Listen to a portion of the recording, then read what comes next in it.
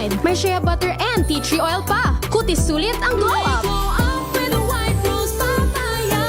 White rose papaya. Kutis sulit ang glow up. Hello, Washi! Laundry day na naman! Yay! Anong meron? Mancha ng chocolate, putik, may libag pa! Kaya natin yan! With Pride Washing Machine Detergent, may triple stain-away formula. Tanggal ang makapit, madikit, at malupit na dumit mancha. Kaya easy-easy ang labada. Mula noon hanggang ngayon! All you need is pride. All you need is pride. ACS. Jiggy Manikad po. Bilang isang broadcaster, mahalaga sa akin ang tamang impormasyon. Sa lahat ng bagay, kahit sa food supplement, mapanuri ako. Kaya dito ako sa subok ng MX3 capsule. Ito'y may alpha, beta at gamma mangosteen. Para sa akin, sigurado ako sa MX3 capsule. Dito ako believe. Mahalagang paalala, ang MX3 capsule ay hindi gamot at hindi dapat gamiting panggamot sa anumang uri ng sakit. Wow, ang saya. Isang barangay na labada, puro mancha pa. Goodbye, pahinga. Mommy, isang laba lang yan sa Pride Bar Blue. May powerful stain-away enzymes na malupit sa dunit mancha. At di masakit sa kamay. Isang laba lang yan. Hello, pahinga. Hello, Pride Bar Blue. ACS. Tinesting, sinuri, siniyasan. Ang resulta? Super effective ang Shield sa pagpatay ng bakterya at virus. Shield Antibacterial Soap. Believe ang mga eksperto sa Philippine Nurses Association. At si Mami. Tiwala ako sa Shield. Shield Antibacterial Soap. Napatunayang mabisa. Ang mga nurse, tiwala. ACS. Maulan man, no worries na amoy kulong ang damit. Charm, Fab, Con, bangong kumakabloom. Tanggal amoy kulog sa bango ng charm. Kaya gamit ko, Charm Fab Con with Bloom Fresh Technology. Kills 99.9% of kulob-causing bacteria. May aroma burst pa of thousands of flowers and berries. Ang sampay sa loob, no amoy kulob. Bangong kumakabloom sa charm. Charm Fab Con. ACS.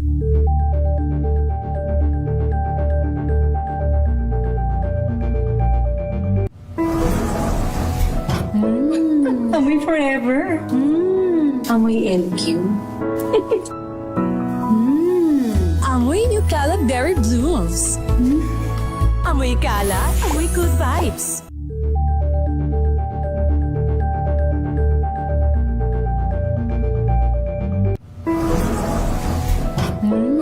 Amoy forever.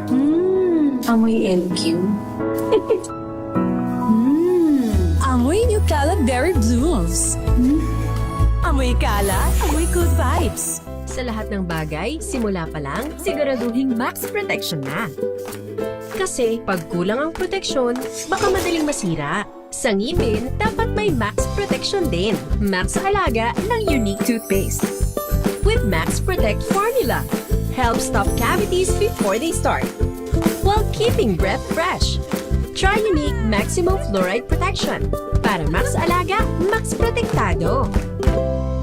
ACS. Amoy forever. Amoy LQ. Amoy New Calab Berry Blooms. Amoy kala, amoy good vibes! Tips para maiwasan ang pagiging stressed sa trabaho, alamin. This portion is brought to you by ACS Manufacturing Corporation, ISO certified, maker of world-class quality Pride detergent. Ayon kay Sharon Melnick, isang business psychologist and author, nararanasan ng stress tuwing may mga sitwasyong hindi kontrolado ng isang tao.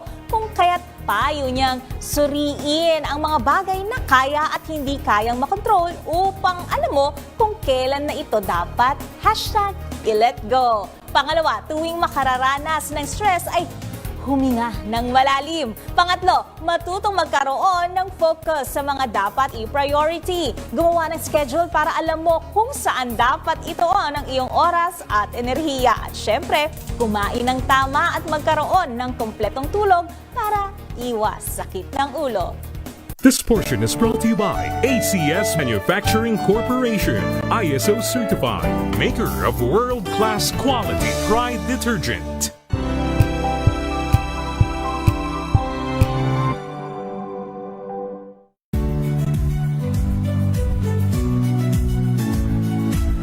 Magandang araw mga kaibigan. Ito po ang inyong balerina ng bayan, si Lisa Makuha Elizalde, na nag-aanyaya sa inyong samahan kami at ang aming mga espesyal na panauhin para sa kalahating oras ng masayang kwentuhan sa aming programang Art to Art, kung saan ang usapang sining at kultura ay palahat. Huwag kaliligtaan, Linggo, alas 3:30 ng hapon, dito lamang sa DZRH Radio, DZRH TV, at via online streaming.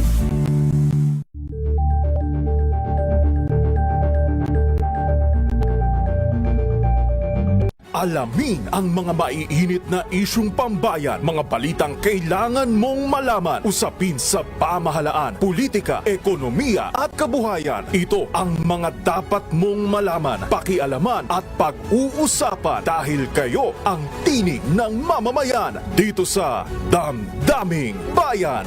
Live sa DZRH Radio, DZRH TV at DZRH Digital. Kasama sina Lakay, Deo Macalma at Elaine Apit. Araw-araw, Lunes hanggang Biyernes. Damdaming Bayan.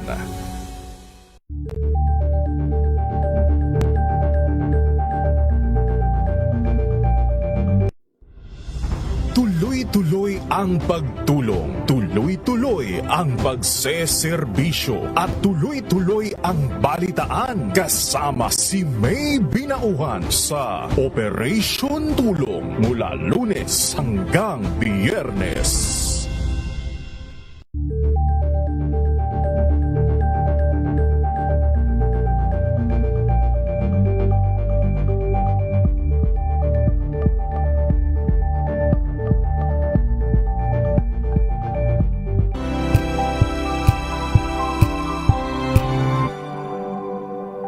Sa puso ng kalikasan, natatangi ang prutas ng mangosteen.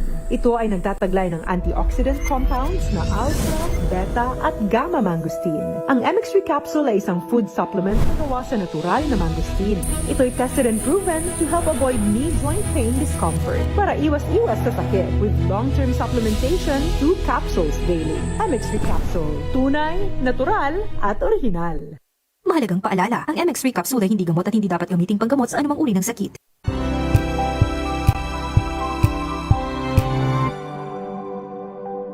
Curious ka ba sa maraming bagay? Kami na ang bahala dyan. Aalamin, tutuklasin at bibigyang linaw namin ang mga katanungang bumabagabag sa inyong isipan. Sa programa kung saan ang bawat sagot ay galing lamang sa mga eksperto. Ang Expert's Opinion, tuwing Linggo alas 3 ng hapon, dito lang sa DZRH TV.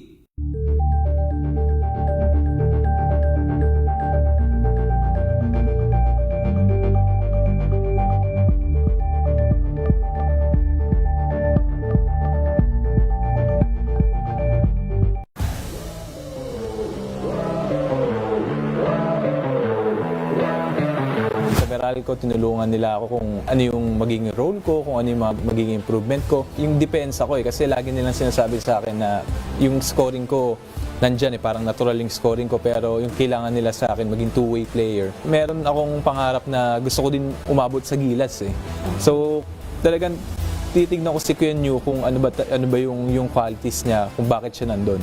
So isa yun yung pagiging two-way player niya. Yun kaya sabi ko, kailangan ko magkadepensa kung gusto kong mapunta ng Gilas. Hi, I'm CJ Cancino, professional basketball player para sa Meralco Bolts. Abangan ang aking exclusive interview dito lang sa DZRH TV Matchpoint. Mabuhay ang atletang Pilipino.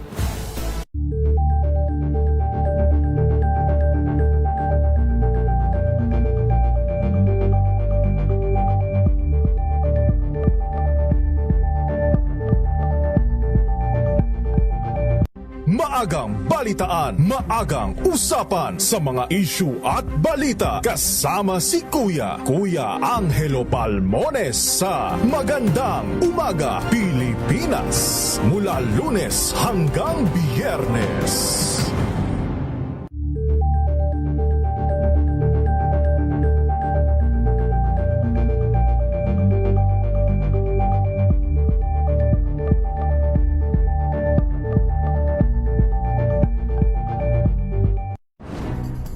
Good vibes ang hanap mo?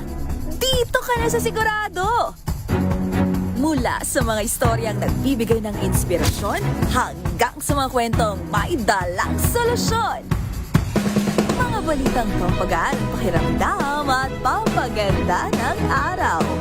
Hindi lang ba sa good news, kundi the better news. Mula Lunes hanggang Biyernes, 1:00 ng tanghali sa DZRH TV.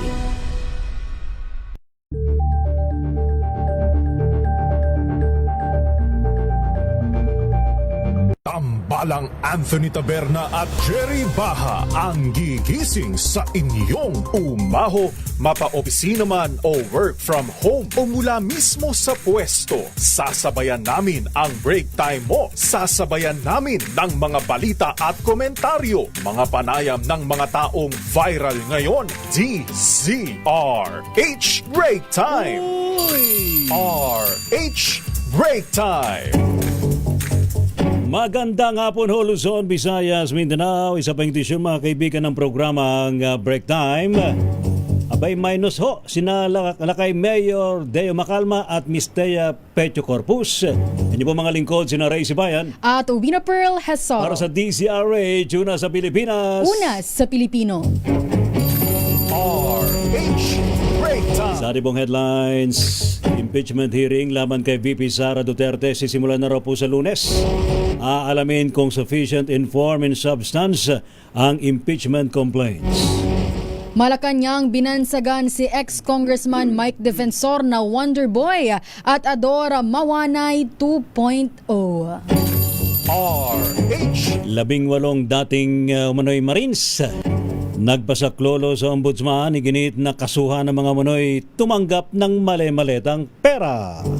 Paglantad ng 18 na ex-Marines at bagmen ni Zaldico, sinisilip kung may koneksyon sa destabilisasyon. RH Break Time. Validation sa mali-maletang pera na nai-deliver ng umano'y 18 ex-Marines sinimulan na. Pag-aresto naman sa 2 relihista sa anibersaryo ng EDSA Revolution at todo depensa si PNP Chief Nartates. RH Break Time. 4 namang tauhan ng Philippine Coast Guard sinibak sa nangyari ngahong paglubog ng MV Tricia Kirsten 3. Iba pang PCG personnel sinuspindi at mayroon pang na-demote. Landing incident naman ng US Air Force plane sa Pangasinan na 5 Amerikano ang umano'y nasaktan at iniimbestigahan na ng AFP. RH Break Time. Malaking sunog sa Intramuros, Maynila kagabi. Naku naman no, 2 senior citizen nga daw po ang namatay.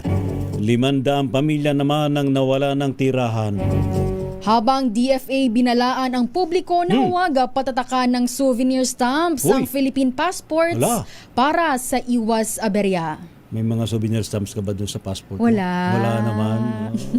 Immigration stamps lang. Pwede na. RH Break Time. Sa ating mga balita mga kaibigan, sisimulan na po sa Lunes ng House Committee on Justice ang pagtukoy kung sufficient in form at sufficient in substance ang 4 na impeachment complaint laban kay Vice President Sara Duterte. Dahil po dito inaasahan ng mga pro-impeachment congressmen ang sunod-sunod na pag-atake sa kanila para i-discredit ang pagdinig laban sa pangalawang Pangulo. Ayon po kay Manila Congressman Joel Chua, miyembro ng Quad Committee, timing ang paglutang ng dating mga miyembro ng Philippine Marines na manoy nagpagamit para impluwensyahan ng publiko at ilihis ang bigat ng pananagutan ni VP Sara. Expected na anya ng target ng kanilang disinformation ay mga miyembro ng Quad Committee dahil naman sa sila ang nagbulgar ng mga katiwalian ni VP Sara na hanggang sa ngayon ay iniiwasan at hindi pa rin sinasagot ang pangalawang Pangulo. Sa panig naman ni Manila Congressman Benny Abante, pilitan niya siyang dinadawi din sa katiwalian dalaman sa kanyang pagbulgar sa mga kaso ng mga biktima ng EJK sa Quad Committee hearings.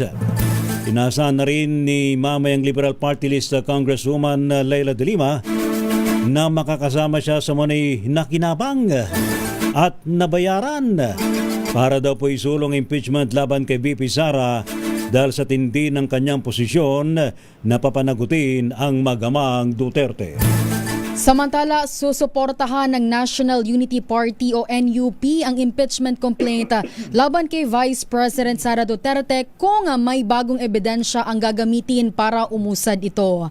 Ayon kay House Deputy Speaker at Chairman ng NUP na si Ronaldo Puno, wala silang nakikitang bago sa mga impeachment complaint at lahat ay napag-usapan at natalakay na sa Quad Committee. Sabi ni Puno, kung wala silang makikita ng mga bagong ebidensya, hindi nila sosuportahan o hindi sosuporta ang NUP sa isinusulong na impeachment laban sa Vice Presidente. Giit ni Puno, maraming problema ang kinakaharap ng bansa na mas maiging tutukan sa halip na pagsulong sa impeachment lalo kung walang matibay na ebidensya at puro recycle ang bintang laban kay VP Sara. Una rito sa March 2 to 4, 2026, sisimula na ng House Justice Committee kung may sufficient form and substance ang apat na impeachment complaint laban kay Vice President Sara Duterte. RH Break Time! Samantala naman, hindi raw po pabor ang ilang miyembro ng NUP sa posisyon ng partido laban sa magiging pagtalakay ng House Committee on Justice sa impeachment complaint laban kay Vice President Sara Duterte. Ayon po kay House Senior Deputy Majority Leader Lawrence Defensor, miyembro ng National Unity Party, ipinarating niya na ang kanyang posisyon sa partido na dapat na isulong ang impeachment at papanagutin si VP Sara. Sabi pa ni Defensor sa isang text message, naunawaan naman siya ng partido sa kanyang posisyon na may kinalaman sa national issues kabilang po ang impeachment. Ito po ay reaksyon naman ni Defensor dahil naman sa kilala ang kanilang chairman na si House Deputy Speaker Ronaldo Puno na nagpapatalsik daw po ng miyembro kung hindi makikiisa sa posisyon ng kanilang partido. Sa isang statement, handa manong sumuporta ang NUP kung may bagong ebidensya laban kay VP Sara dahil sa ginawa muna nilang pagsusuri at wala namang bago. Samantala, tinawag ni Palace Press Officer Claire Castro na Wonder Boy at binansagan na Ador Mawanay 2.0 si dating Congressman Mike Defensor kaugnay ng mga naging aligasyon ng dating kongresista kay Pangulong Ferdinand Marcos Jr. Reaksyon nito ni Castro sa impormasyong ibinahagi ni Defensor na may pumipigil sa batch 2 ng mga dating sundalo na maglabas ng testimonya kaugnay ng isiniwalat na money delivery scheme. Sa press briefing, sinabi ni Castro na marami ng pahayag si Defensor na nangihikayat na tanggalin sa pwesto ang Pangulo kaya malinaw ang motibo sa ginagawa nito. Aniya, kilala ang salitang mawanay dahil sa pamimilit umano sa kanya na gumawa ng peking salaysay at kung ang ganitong tao ang kasama sa isang issue, aniya ay something is fishy. Pakinggan po natin si Yuse Castro. Mike Defensor, the known Wonder Boy. Marami sa kanyang talumpati ang naghihikayat sa ating mga kababayan na tanggalin sa pwesto ang ating Pangulo. Alam na natin ang motibo. Mike Defensor again, Ador Mawanay 2.0. Kilala ang salitang mawanay dahil sa pamimilit di umano sa kanya na gumawa ng peking salaysay. Meron tayong impormasyon na isang tao sa administrasyon dati ni GMA na isang operator na ang trabaho lamang ay to muddle the issues. Pag ang taong ito ay kasama sa isang issue, something is fishy. Matatandaang nakilala si Ador Mawanay noong 2001 matapos batuhin ng mabibigat na paratang si Senator Ping Lacson, ngunit kalaunan ay binawi rin. Samantala nababahala naman ang Malacanang sa mga umano'y kasinungalingan na ibinabato laban sa Pangulo. RH Break Time! Itinanggi naman ni dating anak kalusugan party list Congressman Mike Defensor ang umunay pagkakasangkot niya o pagkakasangkot sa kaso ni Ador Mawanay matapos siyang bansagan ni Palace Press Officer Jose Claire Castro na Ador Mawanay 2.0. Sa inilabas na statement ni Defensor, sinabi niya na mali ang mga detalye at matagal nang nilinaw ang naturang usapin. Paliwanag po ni Defensor, ang tinutukoy sa mga naunang pahayag ay si Udong Mahusay. At maging si Senador Panfilo Ping Lacson ay nagbigay na rin ng paglilinaw hinggil dito noon. Anya, hindi dapat pinaghahalo-halo ang magkakaibang isyo para lamang makagawa ng mali impresyon at malihis ang usapan. Samantala nanawagan naman ang dating mababatas kay Jose Castro bilang tagapagsalita ng Pangulo na maging maingat sa kanyang mga pahayag. Samantala, mariingit tinanggi ni National Security Advisor Eduardo Año ang alegasyon na tumanggap siya ng cash deliveries mula kay dating mambabatas na Zaldico. Ayon sa opisyal, malicious, entirely false at fabricated ang mga paratang sa kanya ng mga umano'y dating Marines. Giit ni Año, kailanman ay hindi siya dumalo sa kahit anong meeting kasama sina former Speaker Martin Romualdez, former Congressman Zaldico at Congressman Leila de Lima. Handa umano ang kanyang legal team na magsagawa ng kaukulang hakbang kabilang ang pagsasagawa ng sariling investigasyon. Matatandaang 80 na individual na nagpakilala mga dating Marines ang nagsabing naghatid sila ng mali-maletang pera na tinatayang 805 billion pesos na umano'y kickback sa flood control projects para sa ilang politiko at opisyal ng gobyerno. RH Break Time! Pinaimbestigan naman ni National Security Advisor Eduardo Año ang paglantad ng mga nagpakilalang dating Marines at bagman ni dating Congressman Zaldico.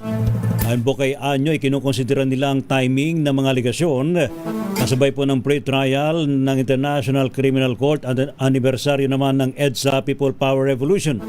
Kabilang umano sa sisilipin ay kung bahagi na naman ito ng tangkang destabilisasyon laban sa pamahalaan. Ginawa na yung payag kasabay po ng pagtangging nakatanggap siya ng paper bag.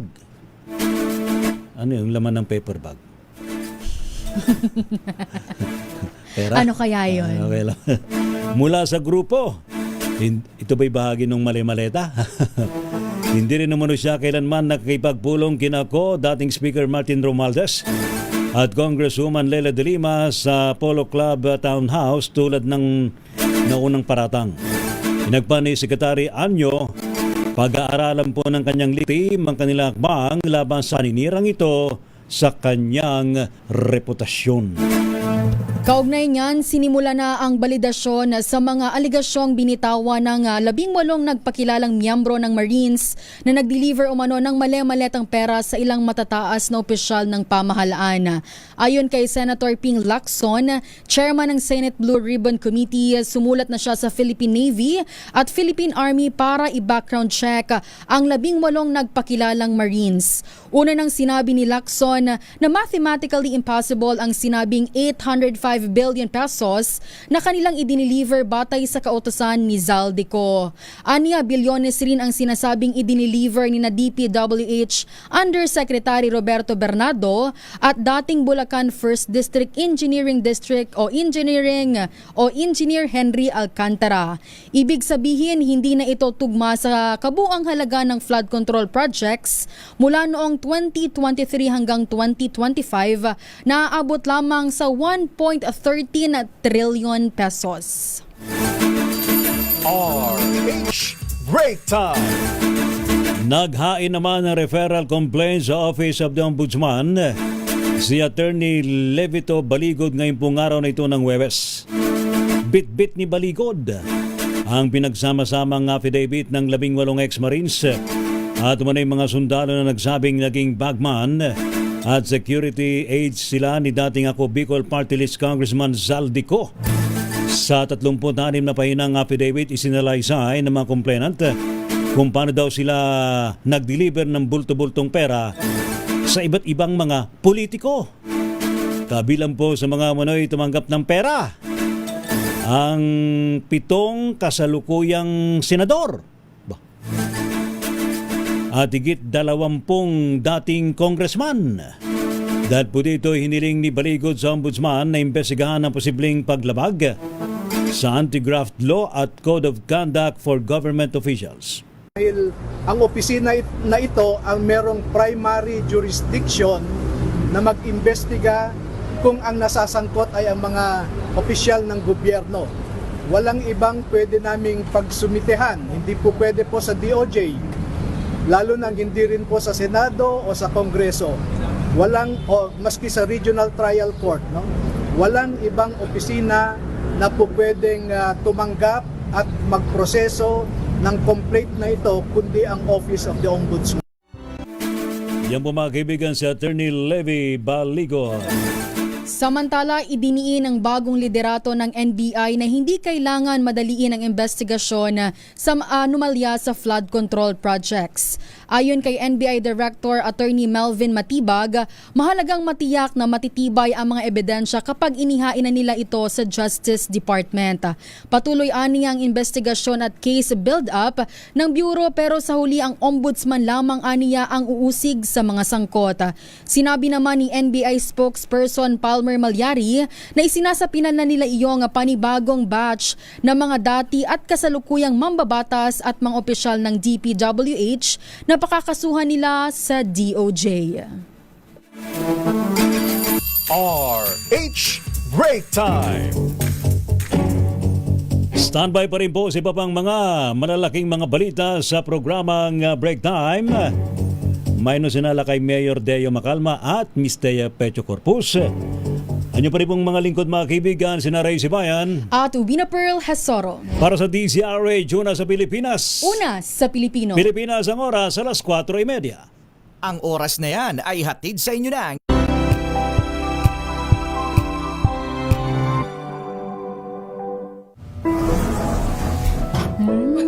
Amoy forever. Amoy LQ. Amoy New Cala Berry Blooms. Amoy Cala, amoy good vibes. MBC Milliones!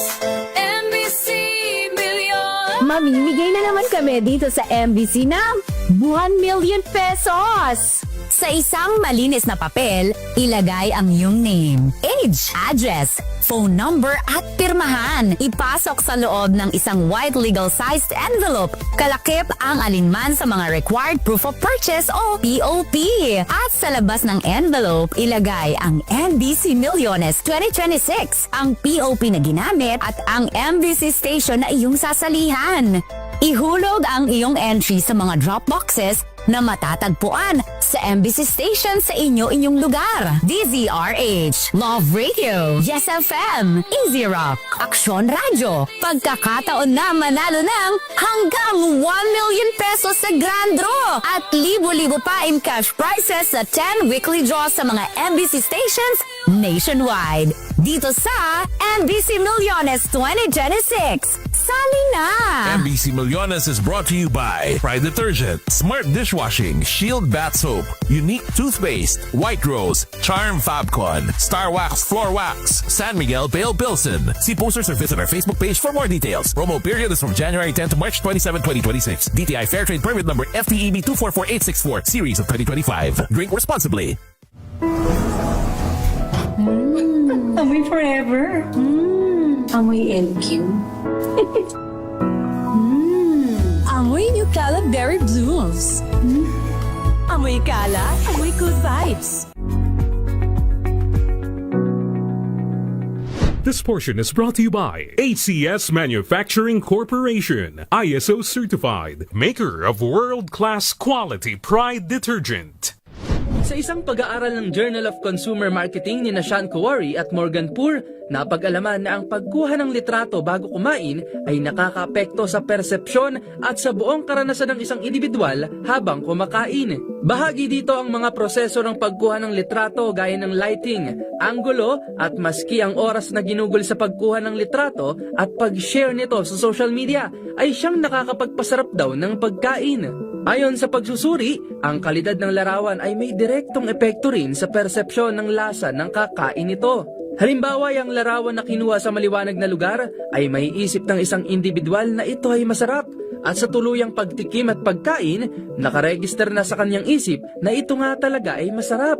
Napatunayan ito sa grupo ng mga #Healthy Living Eaters na laganap sa social media na nahihikayat umano ang mga tao na masarap ang pagkain ng salad o mga gulay, gamit lamang ang mga larawan na personal nilang kinuha. This portion is brought to you by ACS Manufacturing Corporation, ISO certified, maker of world-class quality Pride detergent.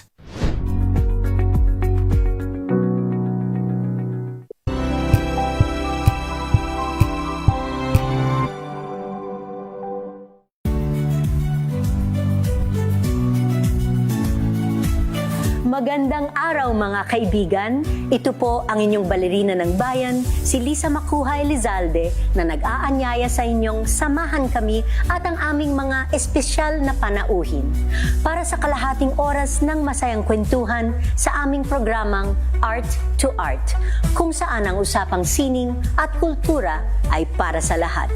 Huwag kaliligtaan, tuwing linggo, 3:30 ng hapon, dito lamang sa DZRH Radio, DZRH TV, at via online streaming.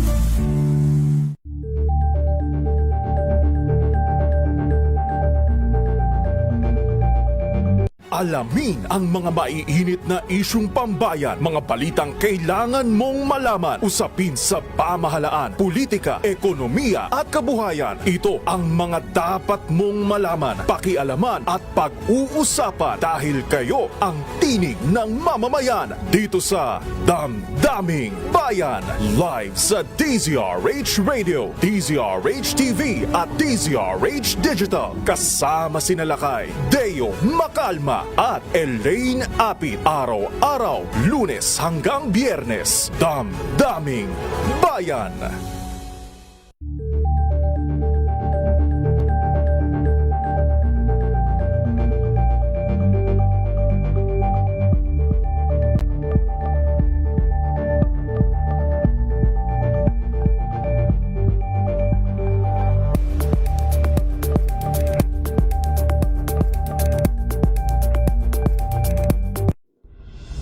Tuloy-tuloy ang pagtulong, tuloy-tuloy ang pagseserbisyo at tuloy-tuloy ang balitaan kasama si May Binauhan sa Operation Tulong mula Lunes hanggang Biyernes.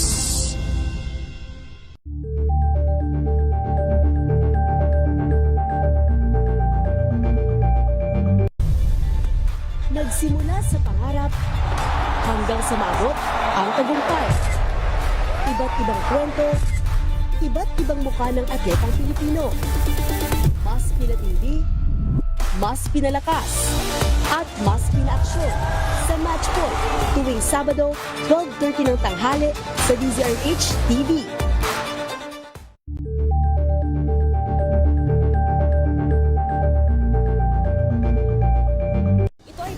Naitalang 17 individual na ang kanilang naaresto. Metro Manila Development Authority o MMDA ang No Contact Apprehension Policy o NCAP sa Metro Manila. Sa ilang mga dokumento ay peke. Hindi rin legal ang employment na ipinangako sa kanila. Sa mata ng batas, mananagot ang sangkot at may sala. Dahil sa bawat paglabag, may karampatang parusa. Alamin ang mga pananagutan sa likod ng mga bawal. Dito sa Hoy! Bawal Yan, tuwing Sabado, 11:30 ng umaga. Dito lang sa DZRH TV.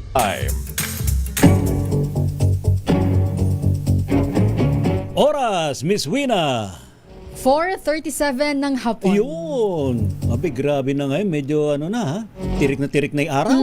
Tiningnan ko ngayon lakay, Wow. 31 degrees Celsius. Malamig na ngayon kasi kanina, mantakin mo kanina, pumalo na mga 35 hanggang 36, ha? Wow, sabi ko. Abay, tag-init na nga. Maglakad ka lang ng ilang minuto sa labas, tagaktak na ang pawis mo, ano ha? Ayan. Kaya uso na naman ngayon ng mga mga nagsuswimming, ha? Yung Palamig-lamig. mga nakabikini, ha? Sa mga Kala ko sabihin mo lakay, uso ngayon ng ice cream para sa mga gusto magpalamig. Siyempre, diba? ice cream. Papalamig ng Saka ulo. yung sa tradisyon ng mga Pilipino, halo-halo. Halo-halo. Sa amin naman dati sa probinsya, abay, ako naman dati kapag summer, ha? Naranasan kong magtinda ng popsicle. Ayan. Masarap pa yung mga sorbete-sorbetes. Ayan, ha? Diba? Mabenta ngayon yan. Kaya sarapan po ninyo ang paggawa ho ng sorbetes, ha? Ice candy. Ayan. Yung ice candy, ha? Ayan. At ngayon, para ganahan tayo ngayong hapong ito, mga kaibigan, abay, kahit tapos na yung Pasko at paparating uli ang Pasko. Tagal pa. Tuloy-tuloy lang tayo. Tuloy-tuloy lang tayo, ha? Ito, mga kaibigan, atin pong tunghayan ang malakas promo ng DZRH. Malakas na makinig maigi dahil mamimigay na muli kami ng MX3. Itodo ang pakikinig sa DZRH Radio, DZRH TV at DZRH Online dahil kapag malakasan kang nakikinig sa DZRH, malakas rin ang chance na manalo ng 1,000 pesos at MX3. Sa Malakas promo kasama ang MX3. Abangan ang aming Malakas team sa inyong mga lugar. Malakas promo kasama ang MX3. Dito ako believe. Ang lakas-lakas ng malakas. Ang lakas ng dating ni Noche Cacas dyan sa may Barangay Manuyo 2, Las Piñas. Noche, magandang mainit-init ng hapon. Sobrang init ngayon. Oo, di ba? Tika, matindi na yung pawis mo, ano? Oo. Sa kadalawang... Pero mukhang hindi ka naman pinapawisan. Mukhang ang ganda ng yung tinambayan na di aircon, eh.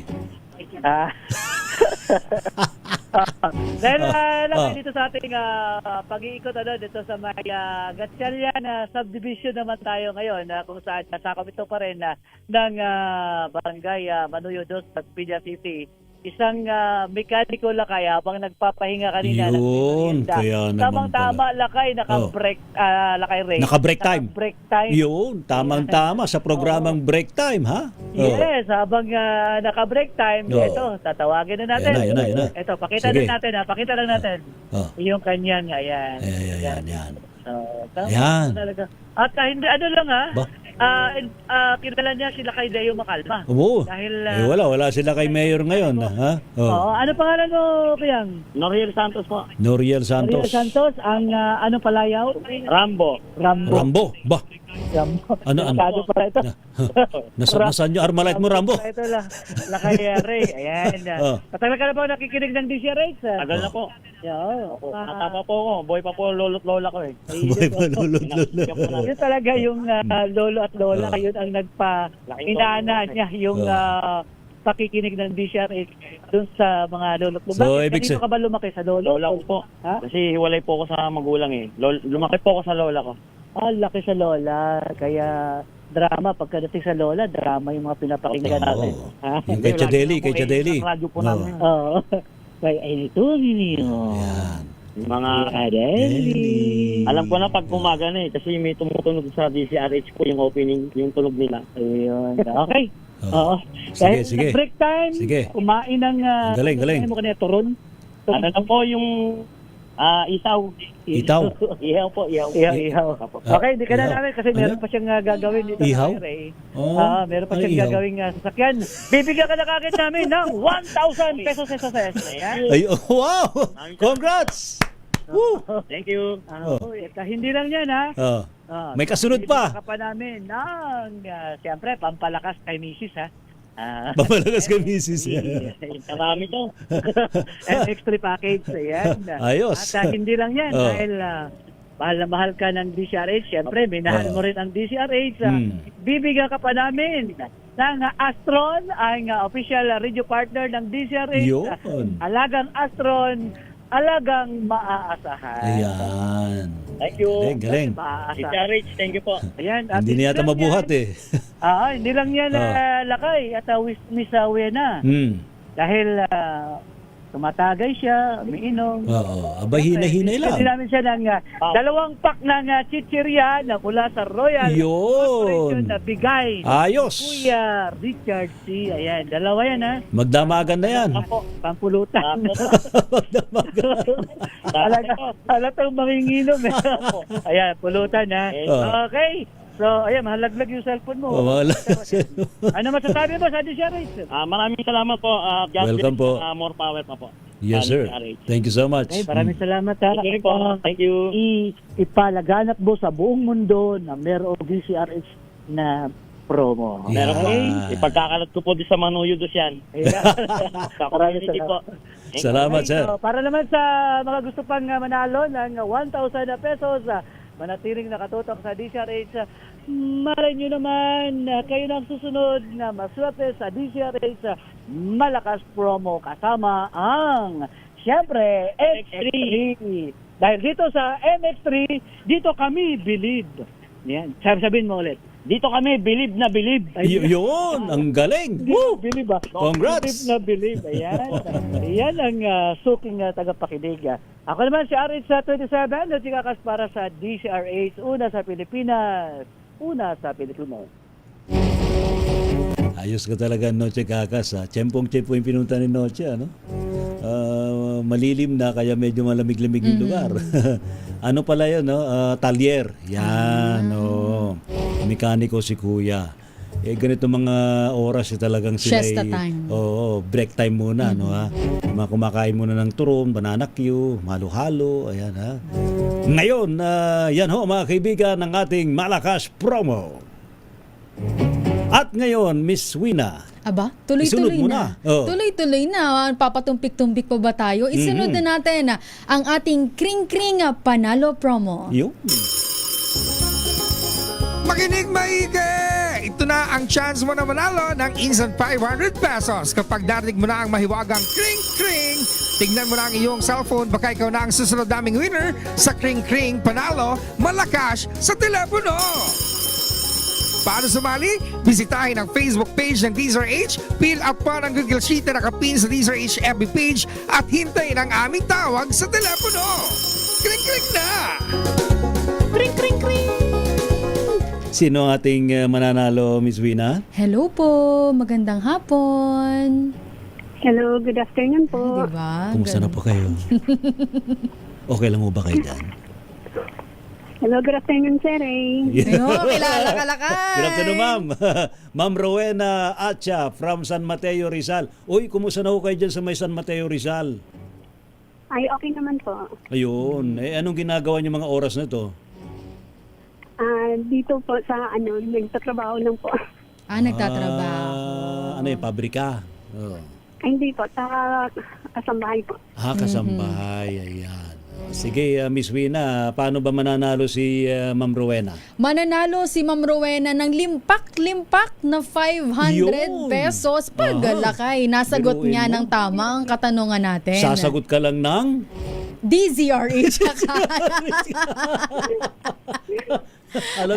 Alam mo na kagad ang sagot, Rowena. Pero yung tanong, di mo pa alam. Sige, itatanong yan ni Miss Wina. Eto na, Ma'am Rowena, ang ating tanong. Ano nga ba ang kauna-unahang radyo sa Pilipinas? Number 1 na sa Metro Manila, pati sa Mega Manila. At ano ito, Ma'am Rowena? Siyempre, DZRH. Ang galing-galing ni Ma'am Rowena. Henyo yan eh. Oo. Alam ka agad ang sagot eh. Ayan. So congratulations, Ma'am Rowena, ha. Abay, ikaw ay makakatanggap ng limpak-limpak. Male-maleta, ha? Male-maletang. Hindi na paper bag. Hindi na paper bag. Ha? Tigi 100 piso. pero 500 lahat. Ayun. Ayan. Salamat, Ma'am Rowena. Maraming salamat po. You're welcome. Si Ma'am Rowena Atcha. Ang laki siguro yung mata. Malay-malay ta pala. Pero coins pala, no, lakay. Wag naman, bigat-bigat Wag naman. bigat. No? Grabe yun.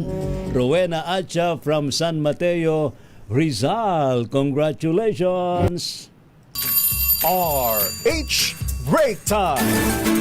At ngayon, dumako na po tayo mga kaibigan sa ating mga report mula sa Malacanang. Meron tayong update.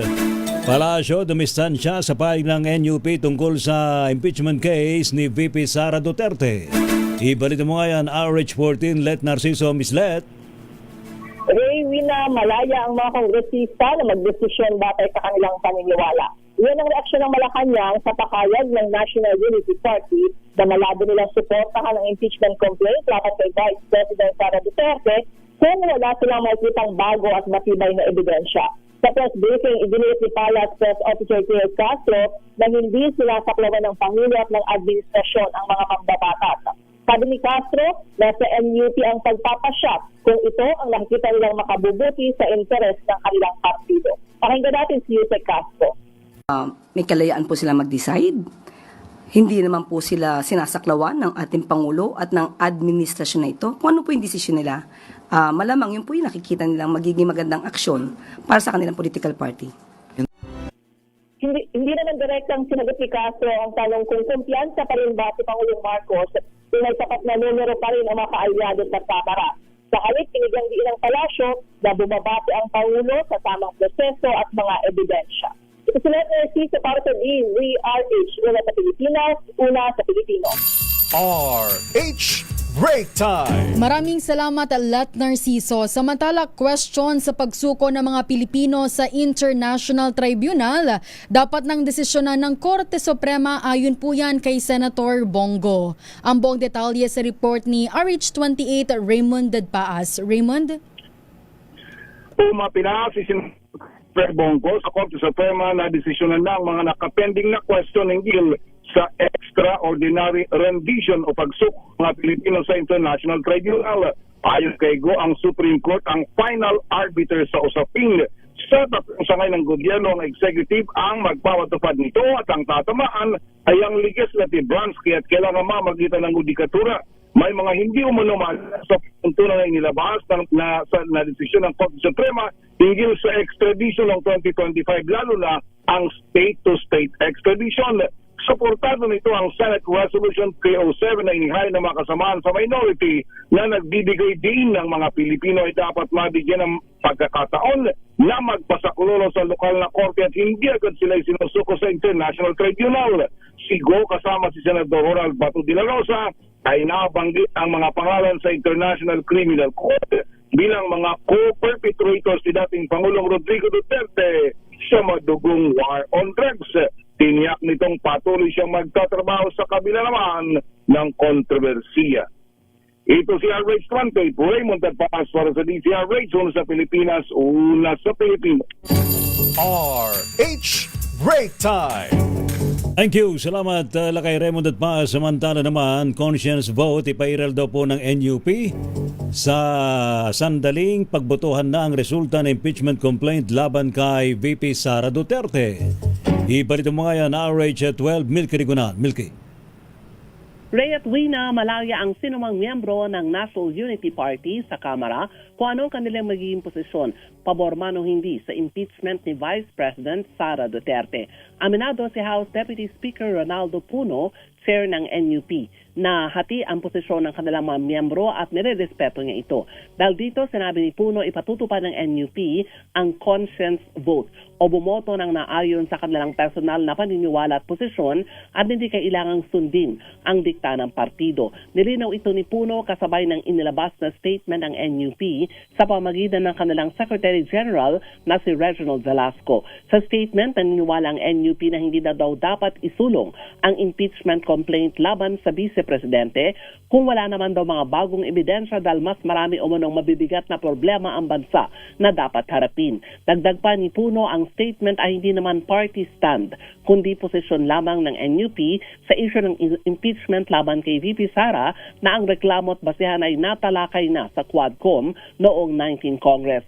Sa Lunes, may meeting naman ang NUP para konsultahin ng mga miyembro kasabay ang pagsisimula din sa Lunes ng hearing naman ng House Justice Committee para desisyonan ang sufficiency in form and substance ng 4 na impeachment complaints laban sa Vice Presidente.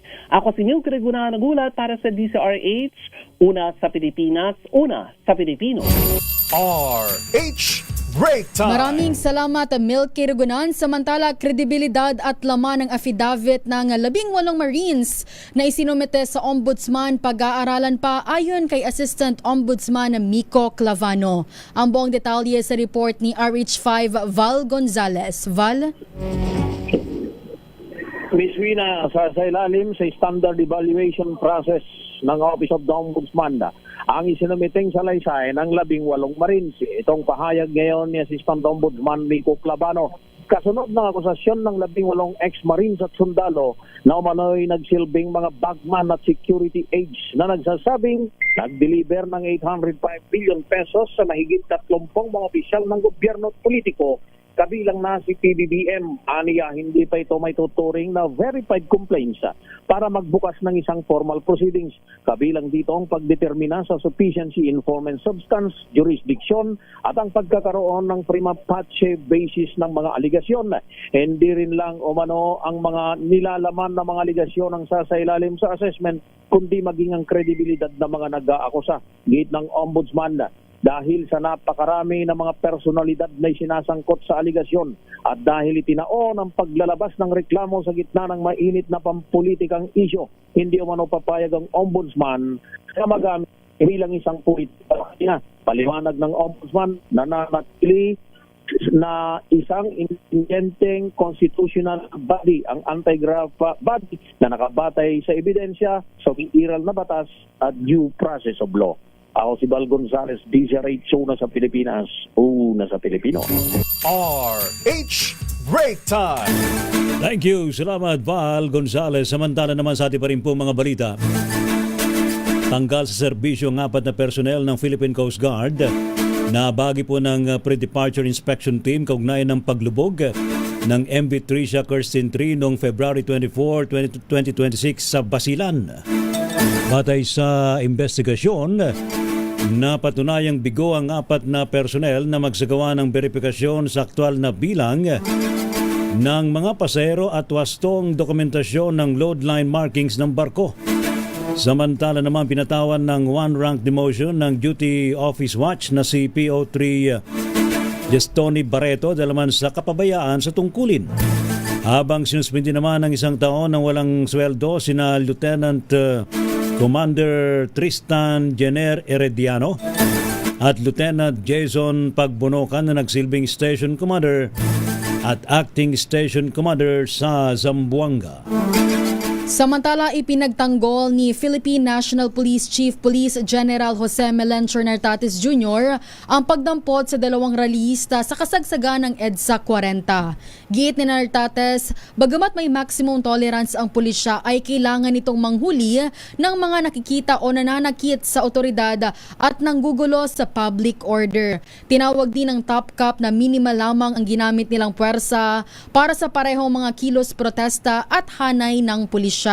Binigyan din ng PNP na sa simula pa lamang wala pang permit o wala nang permit ang mga bumara sa EDSA Ortigas na nagresulta sa tensyon kung saan 7 pulis ang nasaktan sa insidente. Maharap naman sa mga kasong direct assault, resistance to authorities, alarm and scandal at paglabag sa Batas Pambansa 880 ang 2 rallyista. RH Break Time! Samantala naman kinumpirma po ng Armed Forces of the Philippines na may isang landing incident na kinasangkutan ng C-146 aircraft ng Amerika sa Lawak, Pangasinan dito lamang Martes, February 24. Ayon po sa AFP, ito daw po'y bahagi ng joint roadway landing exercise ng US Air Force at mga Pinoy bilang paganda sa disaster response at national defense operations. Bagaman hindi sinabi sa statement, una nang inulat ng Associated Press na 5 Amerikano daw po ang nasaktan sa naturang insidente. Subalit sabi naman ng AFP, ligtas naman lahat ng piloto at crew at walang nasaktang sibilyan sa naturang pangyayari. Samantala, patay ang dalawang senior citizen habang higit 500 na pamilya ang nawala ng bahay sa sunog na sumiklab sa isang residential area sa Intramuros, Maynila. Sa report ni RH29 Boy Gonzales, kinumpirma ng mga opisyal ng barangay ang pagkamatay ng dalawang biktima.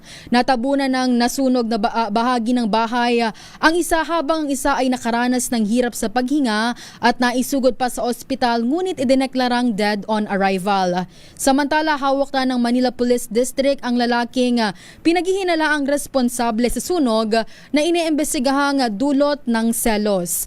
Base sa kwento ng mga residente, naburyong ang sospek nang malaman na iniwan siya ng misis habang nakakulong at sumama sa ibang lalaki, saka sinalaban ang bahay gamit ang gasolina. Tiniyak naman ng pamahalaang lungsod na agad mabibigyan ng tulong ang mga residenteng apektado.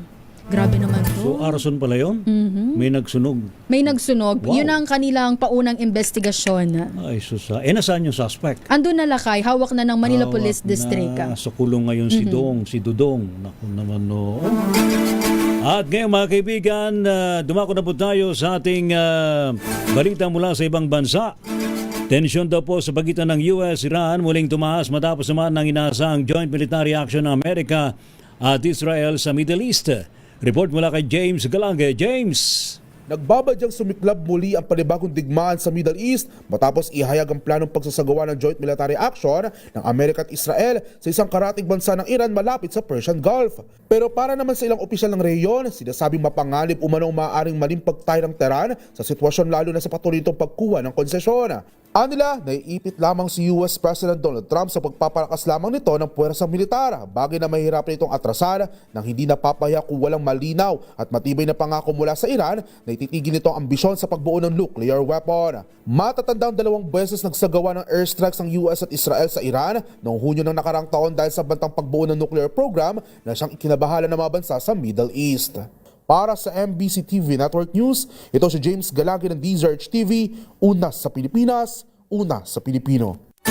Maraming salamat James Galange. Samantala sa ating break time sports, Juan Gomez Diliano, Calvin Oftana pasok sa lineup ng Gilas para sa Window 2. Ang buong detalye sa report ni Millie Borja. Nakatakdang sumalang sa aksyon si Juan Gomez Diliano at Calvin Oftana habang haharapin ng Gilas Pilipinas ang dalawang powerhouse sa Window 2 ng FIBA World Cup Asian Qualifiers ngayong araw. Tuluyan ang nakasama si Gomez Diliano sa lineup ni Coach Tim Con habang bumalik naman si Oftana matapos makarecover sa injury na nagpigil sa kanya noong opening window. Pinalitan ni Gomez Diliano si RJ Abarientos habang kinuha ni Oftana ang pwesto na iniwan ni Japet Aguilar na nag-anunsyo ng pagretiro sa national team. Pangungunahan ni Justin Brownlee ang 12-man lineup kasama sina Junmar Fajardo, AJ Edo, Chris Newsom, CJ Perez, Kevin Kiambao, Dwight Ramos, Carl Tamayo, Scotty Thompson at Quintin Millora Brown. Haharapin ng Gilas ang New Zealand ngayong araw ng Webes bago makasagupa ang Australia sa Linggo sa Mall of Asia Arena. Kasalukuyang may malinis na 2-0 record ang Gilas at Australia sa Group A habang 0-2 naman ang New Zealand at Guam. At yun ang mga latest updates sa mundo ng sports. Ito si Millie Borja ng DZRH TV, una sa Pilipinas, una sa Pilipino. Thank you, Millie Borja. Sa ating showbiz, yun daw pong, dito pwede ka na rito, Miss Wina, ha? Pag hindi ako busy na kayo. Makinig ka rito, ha? Good news to. Sa mga kadalagahan dyan, ha? Aplikasyon daw po para sa 60-second Binibining Pilipinas. Aba, binuksan na. Ayan, pwede na. Ating alamin sa report ni Miss Angelica Cosme. Miss Angelica. The search is on para sa 62nd edition ng Binibining Pilipinas. Para sa mga nag-aasam na maging kandidata ng Philippines' oldest active national beauty pageant, maaari lamang i-download ang form na inilabas sa official page ng BBP. Ang dokumento ay pwedeng ipasa via online sa bbpilipinas.official@gmail.com o personal na isumite sa kanilang opisina sa Quezon City. Noong nakaraang taon, ang Davaoeña beauty na si Katrina Ann Johnson ang kinoronahang Binibining Pilipinas International.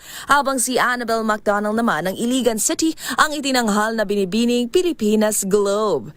Taong 2016 pa nang huling naiuwi sa bansa ang Miss International crown ng actress beauty queen na si Kylie Versosa. At maugunita na noong 60th anniversary ng BBP, nagsama-sama sa isang entablado ang mga once a binibini, always a binibini ng mga dating Miss Universe na sina Gloria Diaz, Margie Moran, Pia Wurtzbach at Catriona Gray. Ang deadline of application para sa 62nd edition ng prestihiyosong pageant ay itinakda sa March 14 habang sa March 23 naman ang final screening.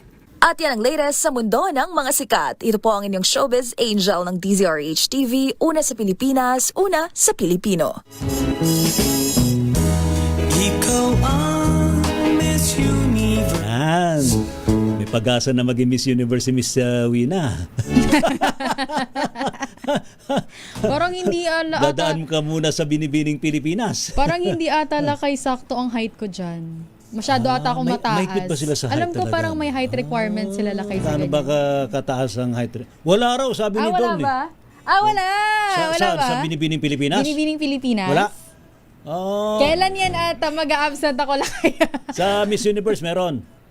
Wala rin. Ba? Wala rin. So wala na ba? Alam ko dati meron Alam ko diba? dati meron talaga lakay sa ganyan.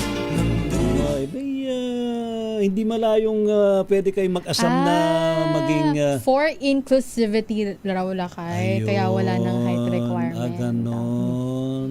So, malaki na ang chance nyo. Miss Wina, Miss Josa, ayan, si Miss Elaine. Pagka kami lakay umabsent dito ng sabay-sabay, alam mo na yan, andun kami. Panunorin ko kayo.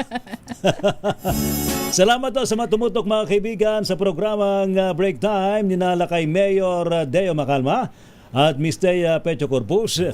Ano po mga lingkod mga kaibigan, sina Ray Sibayan at Ubina Pearl Hesor. Para pa rin po sa DZRH, una sa Pilipinas. Una sa Pilipino. Pilipinas, ang oras sakto, alas 5:04. Ang oras ay hatid sa inyo ng Center for